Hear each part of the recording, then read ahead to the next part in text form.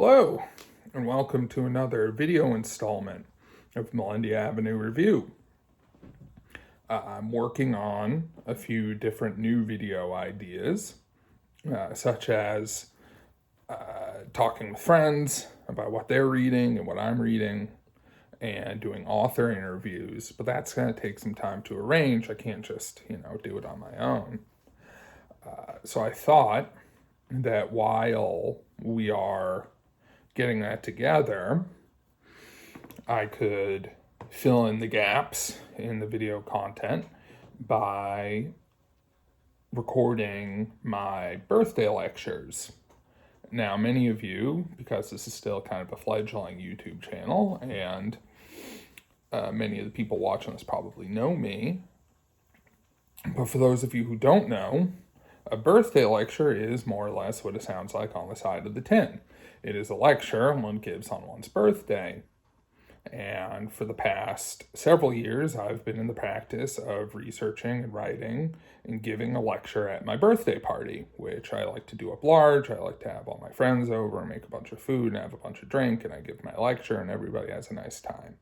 Obviously, we weren't able to do that last year. We had to do it pretty much exclusively online, and likely this year as well, but that's all right. We got the idea for the birthday lecture, a few of us who went to my old high school. We had a visiting staff member from Finland, and he gave a birthday lecture, and I believe it was on some form of therapy, and we were tickled by the concept. And some of us made various attempts to do birthday lectures, but in 2012, I started doing them for real, and I've done them every year since, and I plan on doing them every year into the future. So I thought, all right, maybe one a week when I don't have something else to record, I could do the birthday lectures. So a few notes. I wrote these, when I wrote them. I don't necessarily hold to all of the opinions, so I think they're usually okay. I haven't reread them, so, I know what they're about, but we'll see how they come out. And some of them have, introductory mechanisms, like saying, oh, this year X, Y, and Z happened. So when I refer to a given time, I'm referring to that year. And I think that's more or less it. There are some recordings of some of the lectures floating around, but these, I think I'll probably keep on my Facebook or wherever, where you might be able to find them over Facebook friends, and we'll just have these recordings up on YouTube. So without further ado, this is the 2012 birthday lecture, the first in the modern series, so to speak, and it is entitled Henry Adams, Builder of Tombs. When I was an undergraduate at Marlborough College, a lot of my historical reading was self-directed. For reasons now opaque to me, I took it upon myself to read many of the historians of the consensus school of American historical writing, Richard Hofstadter, Louis Hart, Daniel Bell, etc. To put it briefly, the consensus school believed that American political history is defined by a consensus between all responsible parties on basic political issues.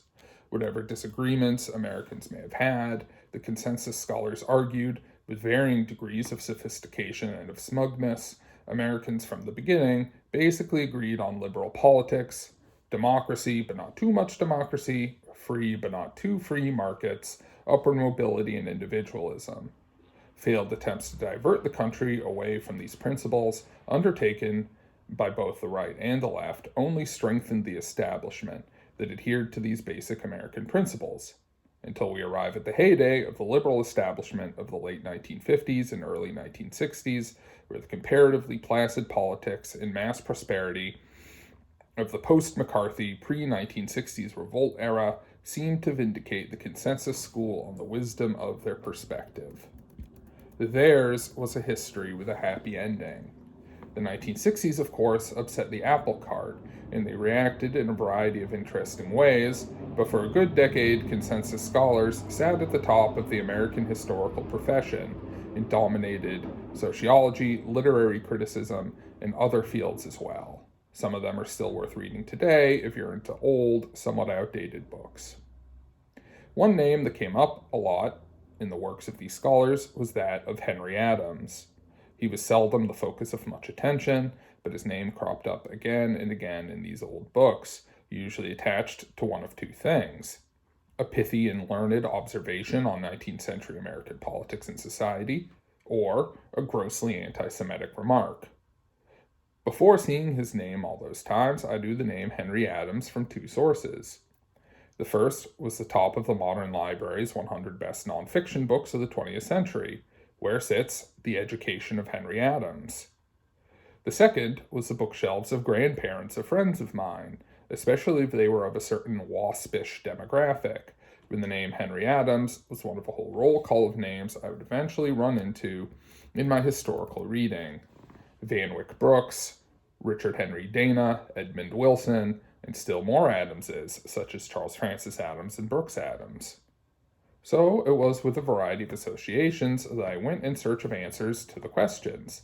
Who was this Henry Adams guy? Why did scholars write about him 50 or 60 years ago as though their readership would know or care about him? Why does no one talk about him now? Here's a brief rundown on basic Henry Adams facts. He was born in 1838 in Quincy, Massachusetts. He was a great-grandson of John Adams, second President of the United States. He was the grandson of John Quincy Adams, sixth President of the United States.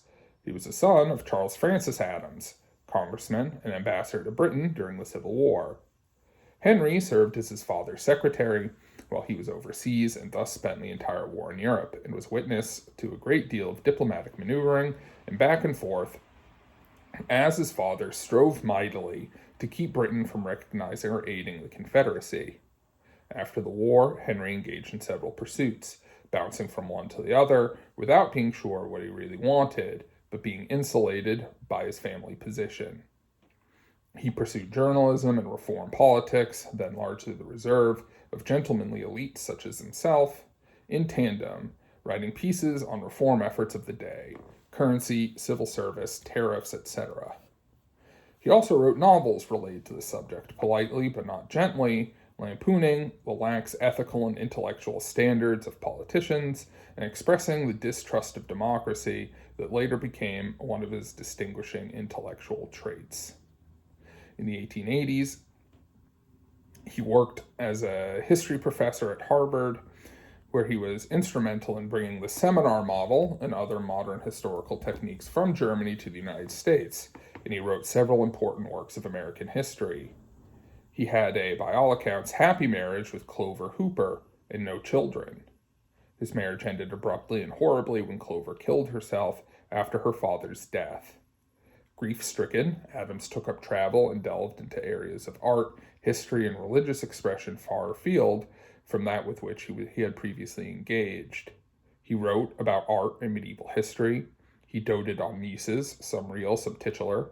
He was a sought-after figure in elite social circles that fancied themselves cultured and was widely well regarded as a sage, though also seen as increasingly eccentric and pessimistic. In 1907, he wrote his autobiography, The Education of Henry Adams, which was released only to people he knew until he died in 1918, after which it was published and hailed as a masterpiece. The Education is a definitive statement of Henry Adams's career and is a logical conclusion in style as well as in substance of the last and most important stage of his intellectual development. Stylistically, the book, written in third-person past tense like a historical monograph, manages some impressive feats. It gives the impression of encapsulating the experience of a generation while emphasizing its author's separateness from his peers. It tells the story of a man through the framework of his world and times, and it tells the story of the world at a given time through the framework of one man's experience. And it gives the impression of intimacy with the author, even as the author admits to self-serving omissions and obfuscations, though not as many of those as Adams's biographers would find later. It also included previously unknown revelations about the diplomatic situation between the US and Britain during the Civil War, some digs at personal and political opponents, a theory of history, and periodic descents into crude anti-Semitism. In short, it is a real piece of work. In substance, The Education of Henry Adams is the most profound statement that I know of cultural pessimism in the history of American letters. Read unsympathetically, The Education is the final screed of a deeply privileged man who didn't like assorted aspects of a world which had passed him by, and who used the talents and education that privilege secured him to fancifully dress up the sort of complaint most of us are used to hearing from older relatives or acquaintances about how the world is going to hell. That assessment is more or less correct, and Adams will frequently leave contemporary readers unsympathetic or just plain angry. That said, I believe it is worth looking at the shape his complaints took, both to better understand what their context was, and because the way in which Adams structured his complaints is important to understanding the significance his later readers granted to his work.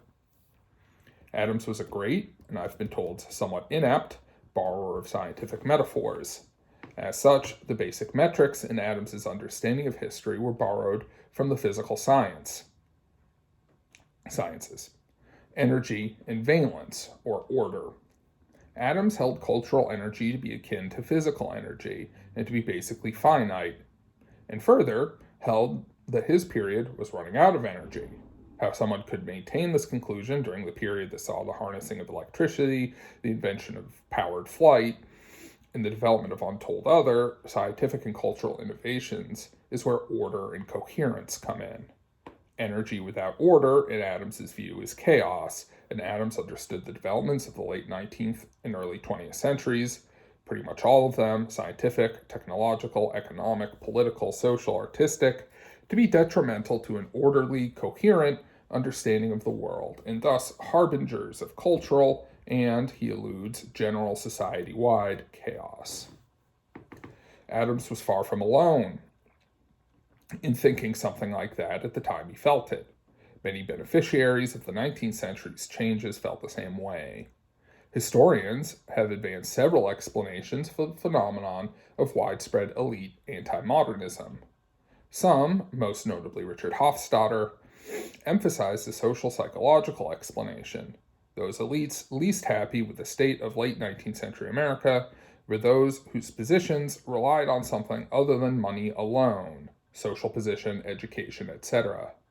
As big new money muscled small old money out of power and social prominence, small old money reacted by creating reform movements and or seeking out other value systems. A somewhat more straightforward social explanation is the idea that elites of the 19th century were simply scared by technological progress, and even more scared by the specter of social degeneracy that might lead to the elite falling from their position, possibly with the help of insurrection from below. There are other explanations too, but I'll spare you. The point is, Adams was an outstanding example of a recognized social type. The late 19th century upper crust wasp who grew dissatisfied with his surroundings, regardless of how much privilege they afforded him, and sought meaning outside of Western modernity as it was then understood. Some of that type went in for primitivism, others gone to Eastern spirituality, particularly Buddhism, others like Adams turned to medievalism and the supposedly serene, spiritually rich, unquestioned and unquestionable hierarchy provided by Catholicism. Adams never converted to Catholicism, but he went to his grave, believing that the high point of human civilization could be found in France in the 12th century, where the cult of the Virgin Mary provided an energy more powerful than the 19th century's dynamos to a civilization vastly more coherent than William McKinley's America. Adams grew to hate capitalists, workers, especially those with the temerity to organize, and those usual figures of disintegrative modernity, the Jews. In none of these ideas was Adams alone. It's worth noting that part of Adams's rhetorical strategy was to cite himself as an example of this decline. He neither wanted to, nor was able to, follow the family go-kart, as he put it, into responsible political positions and national prestige, and neither he nor the rest of his elite cohort could stop the decline that he saw all around him. So, elite reactionaries reacting against things. Capitalist modernity, to put it simply, that made them elite, is not a thing without precedent. If you read material from the time, it seems like everybody with a little money that is, was doing it. Why was Adams picked out from amongst the whole gaggle of elite anti-modernists that America in this period produced to be representative? Why did historians and critics care? Why do I? There is, of course, one obvious answer, because his work was better than that of his peers, and there was a lot of it. There is some truth to this assertion. The education is certainly impressive, but I don't think I need to spend too much time stressing how hard it is to match quality to posthumous acclaim. A tentative answer came to me, I feel ambivalent about reporting, on a recent visit to the Isabella Stewart Gardner Museum. Few cities are graced with one place that nearly everyone acknowledges is the most beautiful in that city, and Boston is one such, and its place is the Gardner Museum. Briefly, for anyone who doesn't know of it, the Gardner Museum was the home of Jack and Isabella Gardner, very wealthy Bostonians of the turn of the 20th century. Isabella was a great lover of art, and by turned her entire home, walls, floors, and furniture included, into a mosaic composed of great art from the past. The Gardners lived in this monument to art collection, walking on Roman floors, sheltered from the elements by Gothic walls, surrounded by masterpieces of painting, sculpture, and design, until they died, and the house was made a museum open to the public. I strongly suggest you visit if you find yourself in Boston and you haven't visited it. Education has made my enjoyment of many things more ambivalent. It did not ruin my visit to the Gardner a few months back, but visiting after having finished Ernest Samuel's biography of Henry Adams, I had a new, and not entirely welcome, perspective on the place. I knew now that Isabella Gardner was guided in her acquisitions by Bernard Berenson, one of the great curators and art critics of his day. No, I hadn't heard of him either before I started reading stuff for this lecture. Berenson was, in turn, deeply influenced by the aesthetic principles of, who else, Henry Adams, with whom Berenson struck an odd but persistent friendship, in spite of Adams's increasingly vocal anti-Semitism. Berenson was a Jew, but he was also a Christian convert, conservative politically and artistically, and had an eye for art that even a critic as stern as Adams could appreciate. And most importantly, he was a high-minded and extremely patient man, and thus was able to put up with Adams long enough for Adams to help shape the task Berenson took on, of directing their mutual friend Isabella Gardner's art collecting, and the creation of her sanctuary. When you know this, and know Adams, and know what his aesthetic principles meant to him and many in his circle, the Isabella Stewart Gardner Museum looks rather different.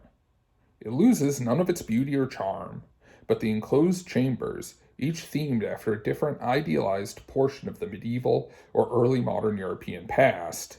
There's very little in the place from later than the 16th century, and nothing that could be called modern except the utilities, now look like both triumphs of design and a series of efforts to block out a present made unpleasant and unworthy by democracy, the extension of rights to previously unfree groups, and the rest of modernity's baggage.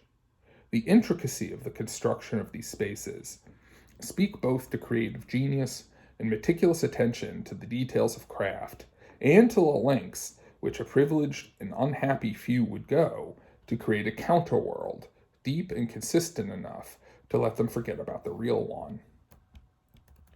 By stipulation of Isabella Gardner's will, the permanent exhibitions at the museum will never change. The only change that I know of was made by the perpetrators of a heist there in 1990. Unless something drastic happens, the museum is fixed the way that Isabella, Berenson, Henry Adams, and the rest of their circle wanted it, forever. This is, in most respects, a good thing. The museum is beautiful as it is.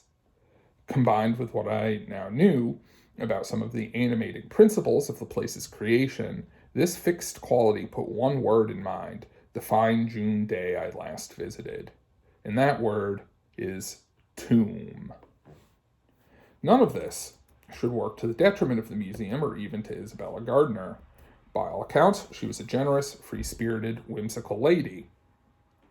She once shocked polite Boston society by showing up at the opera wearing a white headband on which was inscribed, "Oh, those Red Sox."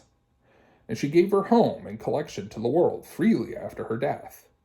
But the trip led me to think about the great creations of Henry Adams's major phase after the death of his wife, the time during which he became a cultural icon, and it occurred to me that all of those creations could be seen as tombs of one kind or another. In one case, it is a literal tomb. After his wife's suicide, Adams commissioned his friend, the great sculptor Auguste Saint-Gaudens, to create what is now called either the Statue of Grief or the Adams Memorial in Rock Creek Cemetery in Washington, D.C. Adams was buried by it when he died in 1918.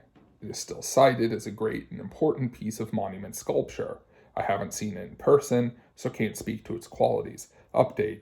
A few years later, I did see it in person, and it is indeed very beautiful and very moving. And if you're in D.C., it's well worth going to Rock Creek Cemetery, finding the Adams monument, which is actually not super easy to find. When I went, I don't have the greatest spatial sense anyway, and spending some time there.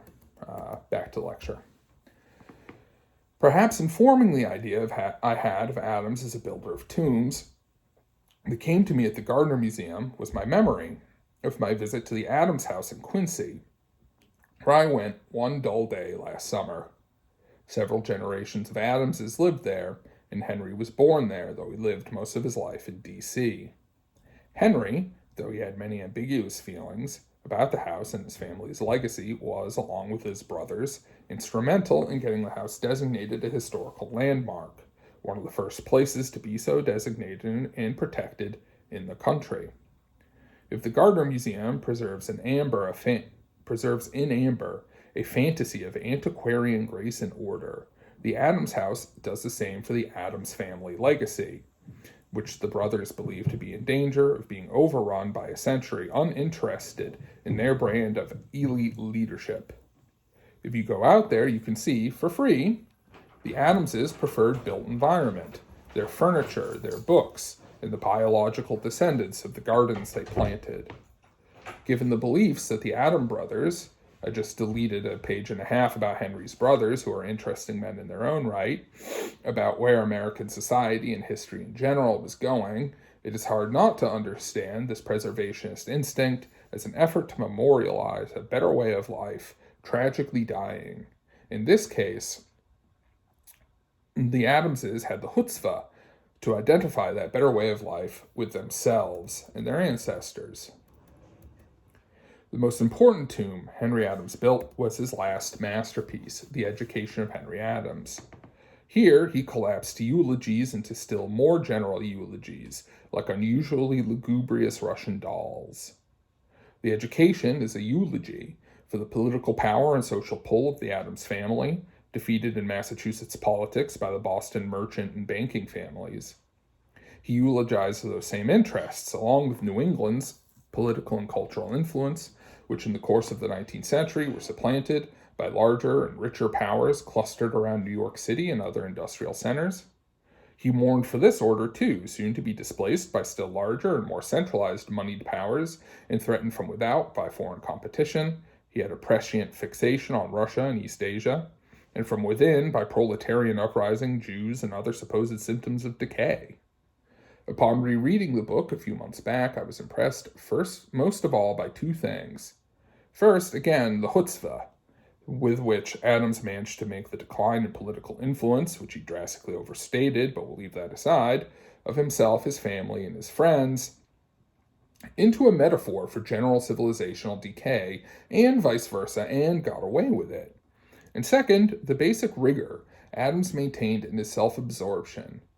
If the whole world was going down the tubes, then I suppose it makes sense to mourn the things that you once opposed, along with those you hold dear, because it was all part of the larger whole that Adams believed was in the process of destruction.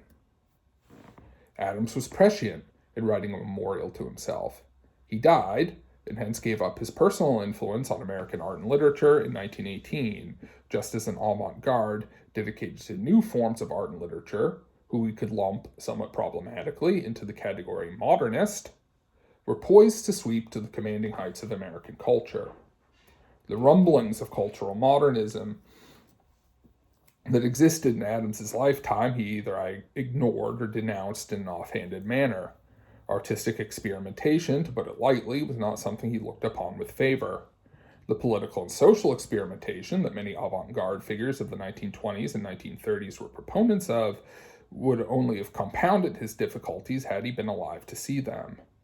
A right-winger could do just fine in that environment, as evinced by the careers of T.S. Eliot, Ezra Pound, H.L. Mencken, and others, but even though Adams's work was respected by people across the chasms of the cultural scene at that time, he was not the center of attention he once was. Fast forward a few decades to the 1950s, and you get a different picture. After a world war, a depression, several Red Scares, disappointments for both the left and the right in America, an outbreak of mass prosperity, and a campaign on the part of the U.S. government, including the CIA, to incorporate cultural modernism into the American side of the Cold War. Most of the major American intellectuals of the day, many of whom dabbled in left-wing politics in the 1930s, decided that the political center was the place to be, though it should be noted that their idea of center is well to the left of what centrists hold to today. They were proponents of a welfare state and substantial governmental regulation in the economy. Here we are, back at the consensus scholars of the beginning of the lecture, at a time when they were not only at the peak of their influence, but at the peak of influence, arguably, for any group of American intellectuals up to that time. This was the time that the field of American studies was developed, with the explicit intent of creating a unitary national culture to provide national coherence during the Cold War.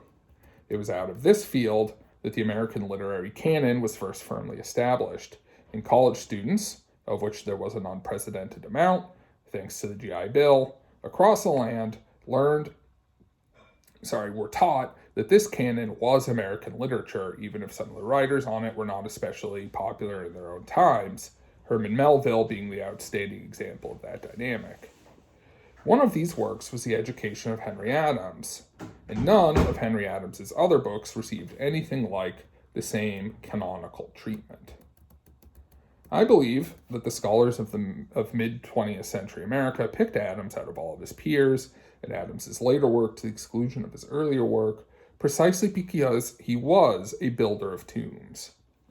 These tombs served any number of pedagogical functions, and the consensus scholars were nothing if not public pedagogues. Adams's tombs could be pointed to for vindication. Look upon what happens, reader, to those who resist the current of American modernity. They could be pointed to for pathos. Look at how the American elite of a bygone era fell into pessimism and bigotry. They could be pointed to with pride. Look here, uppity radical or snotty European. American culture nearly 50 years ago could produce complex literary works with as much irony and tragedy as one could want. Implicit in all this is a sense of the broad-mindedness of the consensus scholars. Devotees of optimistic liberal progressivism, they crowned, with some ambivalence it's true, a deeply pessimistic anti-modern conservative.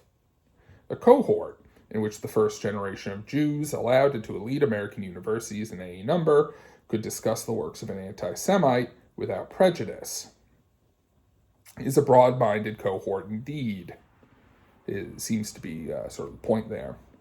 One gets the distinct impression that they would not have been as interested in Henry Adams if Adams were less difficult or less of a jerk. After all, many of the consensus scholars like to play the world-weary sage at times too. And of course, Henry Adams was dead. His world was dead, and neither he nor they were coming back, so they were eminently safe to handle. Who knows what Henry Adams wanted when he wrote The Education?